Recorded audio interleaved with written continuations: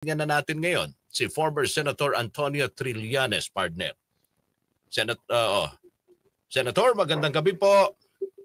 Magandang gabi po sa inyo, Sir Rod at kay Attorney Claire. Opo, partner. Yes, good evening, Sentry. Good evening po. Oo. Sentry, tanong ko, di ba tungkol sa budget ito, siguro most probably yung tungkol sa zero subsidy ng PhilHealth, bakit mas malaki yung, ba't lumiit yung budget ng DepEd and everything. Pero baka po rin masaling ngayon yung issue tungkol sa budget, patungkol doon sa blanco na blank items sa BICAM report. Baka isingit din nila po yun? Yun nga po. Kasi dun sa issue na yon, kasi alam niyo naman, galing po tayo ng Senado dati, pamilyar ho tayo sa mga proseso ng mga BICAM, ganito. Tinanong ko ho yung ilan ho sa mga organizer dyan.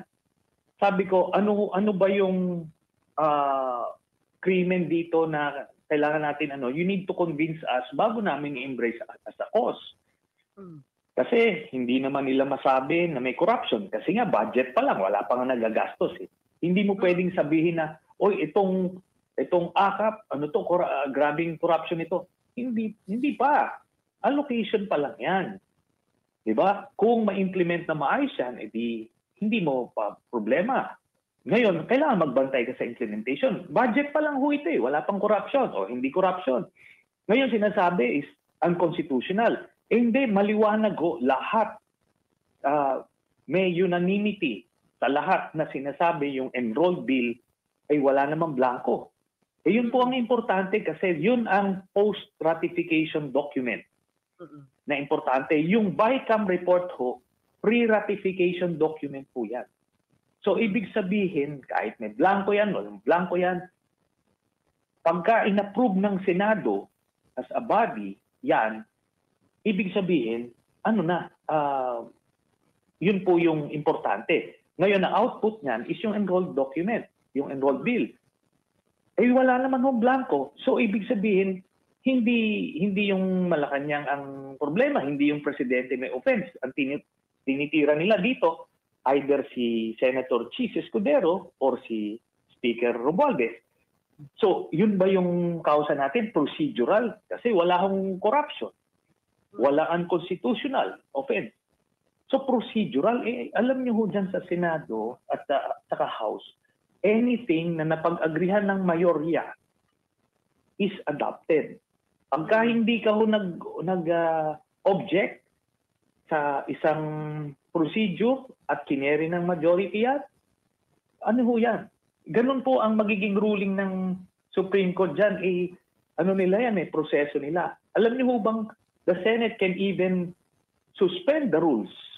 Ganun ang arbitrary ang Senado, kasi it gives them flexibility para manavigate yung mga parliamentary obstacles. Ano yan? These are parliamentary tactics, parliamentary rules na pwedeng isuspend. Pero bottom line, pag yung majority ho in-adopt yan, yun po yun. So wala hong wala hong masabi yung mga nag-organisa to convince us na parang talagang ipaglalaban natin ito. Wala po. Yun po. Pero ito lang po, nagpa-press con po, kasama po si Justice Carpio.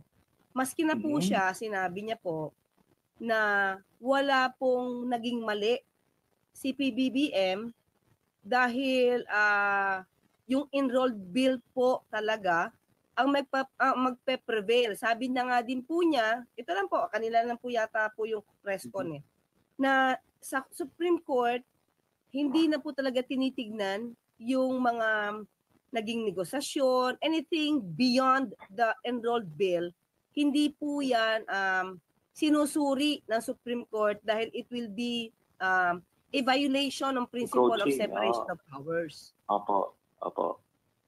So, yun na nga po, that's precisely the point. So, kung hindi sa impeachable offense, kasi hindi naman sa part ng presidente yung offense, kung hindi, wala namang corruption, kasi wala pa naman nagagastos. So, what are we talking about? Procedure sa Senado, Yung procedure ho ng Senado at saka House, procedure ho nila yun. Pagka umokay ho, kasi yung bicameral conferees, pagka umokay sila, subject to style, alam mo ho, natatapos yung mga yan, mga alas 5 na madaling araw, alas 6 na madaling araw. Yung napag-agrihan nila na mga provisions na nagkaka-conflict, pagka umokay na po yan, yung secretariat, ang bahala na po dyan. Hindi pwedeng maglalagay po yung Senate budget staff. Tapos mag-iimbento sila ng figures. O kaya yung House. Kasi, kung yun dapat parehas yun. Ang ilalagay po nila dyan ay yun pong naagrihan sa BICAM. So, Opo. allowed Kaya hindi po, allowed ng secretariat para sila ang mag-fill in. Opo. Alam niyo ho, ganito, no? To cite this example. Yung batas ho, pwede nga yung bill, pwedeng magpasa second reading niya na kahit 3 senador lang ang present sa floor. Technically, hindi po kailangan meron kang quorum. Pero pag wala ho nag-question ng quorum, that can be adopted. Ganun ka-flexible, ganun ka-liberal ang rules ng Senado because ito, kailangan nating maging expedient. But if you are determined to object or block a bill, kasama ito, yung sa budget, pwede kang mag-object. Hingi ako ng clean copy. Kasi yung bicameral conference, yung BICAM report na sinasabi, hindi naman nire-report yan sa plenaryo. Magre-report lang yung chairman ng BICAM, i-report niya na ito yung napag-usapan, ibigay niya yung mga total, yung special provisions, etc. Ngayon kung ikaw hindi ka komportable, itataas mo yung kamay mo, hihingi ka ng clean copy, meaning yung incorporated na lahat. So, ipiprint nila yung 4,000 pages. O, tapos, pagka happy ka na, hindi saka ka ngayon Ganun po yan. So, eto partner, gusto ko lang kunin yung opinion at kay Senator. Doon mismo sa ipinakita ni Kong Ungap, yung blanco. So, ano po yun para sa inyo? Yung committee report na may mga blanco doon. Para sa paglilinaw lang ng ating mga kababayan kasi sa tingin nila, doon nag-umpisa lahat, di ba? Yun ang lumalabas ngayon Doon nag-umpisa ang anomalya, ang irregularities. Okay. Yan pong anomalya, claim po yan nila Ungab tsaka ni Duterte. Alam naman natin, iba hong pinanggagalingan yan. Okay, objectively, let's analyze it. Having attended yung mga ganyang bicameral conference committees, yan po, meron po ang binibigay ho yung secretariat na working template o working matrix na itong isang column na to, ito yung House version, itong next column, Senate version, so may conflict, tapos may mga blanco yan. Kasi kailangan pong i-reconcile kung ano.